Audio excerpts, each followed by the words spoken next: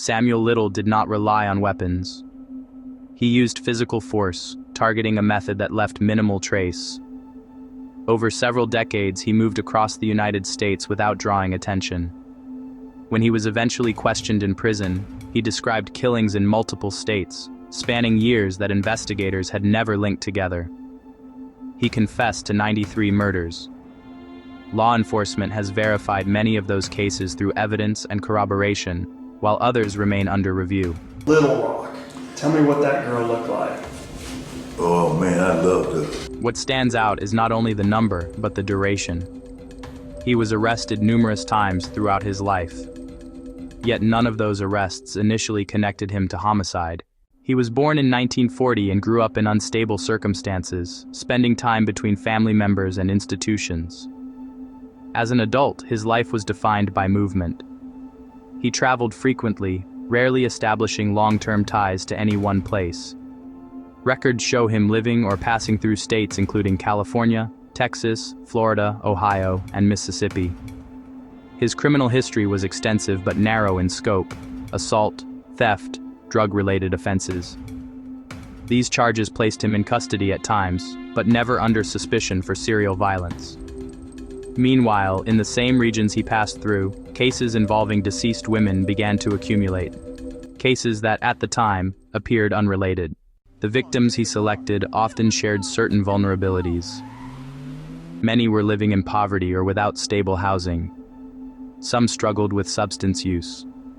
Others were engaged in sex work or transient lifestyles. She's what you nowadays they call a transgender. These factors affected how their cases were handled. Disappearances were less likely to be formally reported. Investigations often had fewer resources or leads. In some instances, deaths were misclassified as overdoses or natural causes due to limited visible trauma. This created a gap, not only in evidence, but in attention. And within that gap, patterns were missed. Little's approach relied on simplicity and control. He typically initiated contact in public environments, areas where interactions between strangers would not raise concern. He would engage in conversation, sometimes offering assistance or transportation. There was no forced abduction in the traditional sense. Once isolated, he used strangulation. From a forensic standpoint, this method can leave limited evidence, especially in cases where a body is not examined immediately or thoroughly, without weapons, without witnesses, and often without clear signs of struggle. Many of these deaths did not trigger homicide investigations at the time. One of the confirmed victims was Mary Brossett, found dead in Los Angeles in 1982. At the time, her case did not lead to a suspect. It remained unresolved for decades. Only after Little's confession and subsequent DNA confirmation was the case definitively linked to him. In other cases, identification required a different approach. Guadalupe Apodaca had remained unidentified for years. While in custody, Little created a detailed drawing from memory. That drawing was later circulated, leading to recognition and eventual identification. These portraits became a critical tool, not only confirming his statements, but restoring identities to victims who had been unknown.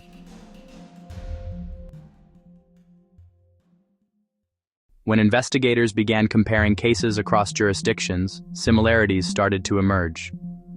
The locations varied widely. The timelines stretched across decades. But the underlying elements were consistent: victim profile, method, and circumstances. Individually, each case lacked the evidence needed to establish a broader connection. Together, they formed a recognizable pattern. This shift from isolated incidents to a linked series marked a turning point in understanding the scope of his actions. Samuel Little was evaluated multiple times while in custody, but no single definitive psychological diagnosis fully explains his behavior. What is documented, however, are consistent behavioral traits. He demonstrated a high degree of control. He demonstrated a high degree of patience. He demonstrated a high degree of awareness of his surroundings. He avoided detection for decades, suggesting an ability to adapt and regulate his behavior across different environments. Investigators also noted his detailed memory.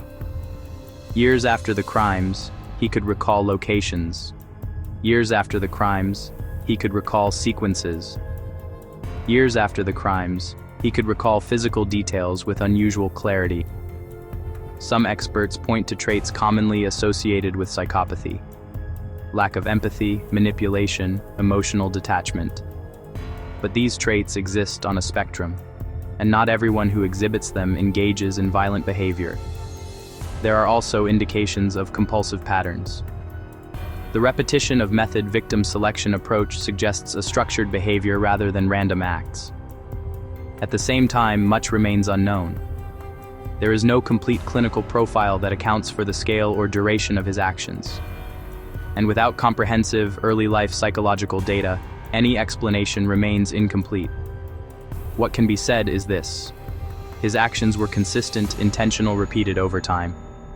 Why he continued for so long, what internal factors drove that persistence, remains a subject of ongoing analysis rather than a settled conclusion. Several structural factors contributed to the delay in identifying him. He moved frequently, reducing the likelihood of repeated scrutiny in a single area. Law enforcement systems, particularly in earlier decades, did not always share data efficiently across state lines. Case information remained localized, limiting the ability to detect national patterns. Additionally, the victims themselves were often underrepresented in reporting systems. Without consistent follow-up or identification, cases remained fragmented. In 2012, forensic testing provided a decisive link. DNA evidence connected Samuel Little to a previously unsolved murder in California. This confirmation prompted a broader review of his history and potential connections to other cases. He was charged and brought to trial. In 2014, he was convicted of multiple counts of murder and sentenced to life imprisonment without the possibility of parole.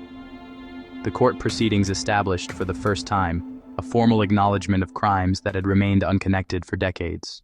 While serving his sentence, Little participated in a series of interviews with investigators. During these sessions, he described numerous killings in detail, including locations, circumstances, and characteristics of victims. Got out of the car, pulled her out, and drug her into the groups back there, and pulled her deeper into there's a path. A little path was running somewhere. I don't know where it led it to, but it was running deeper into the undergrowth. It's like Everglades like that. And we ran into some water running. But before we got to the water, the earth was mushy. I turned her loose, and she fell into it face down. So I got her out of there. He also produced drawings, often depicting faces with bewildering accuracy. Investigators used these accounts alongside existing case files, confirming details that had not been publicly released. Each verified confession strengthened the overall case, while also reopening investigations that had long been inactive. The process remains ongoing as agencies continue working to match his statements with unresolved cases. Samuel Little died in prison in 2020. By that time, he had been linked to more killings than any other known serial offender in U.S. history. Yet the final number remains uncertain. Some cases have been confirmed through forensic evidence. Others rely on detailed confessions that align with known incidents. There are still victims who have not been identified. In some instances, the only remaining record is a drawing, a reconstructed memory of a person whose identity was lost for years. Even now, investigations continue, not to change the outcome of his case, but to recover names and restore history that has been so far left incomplete.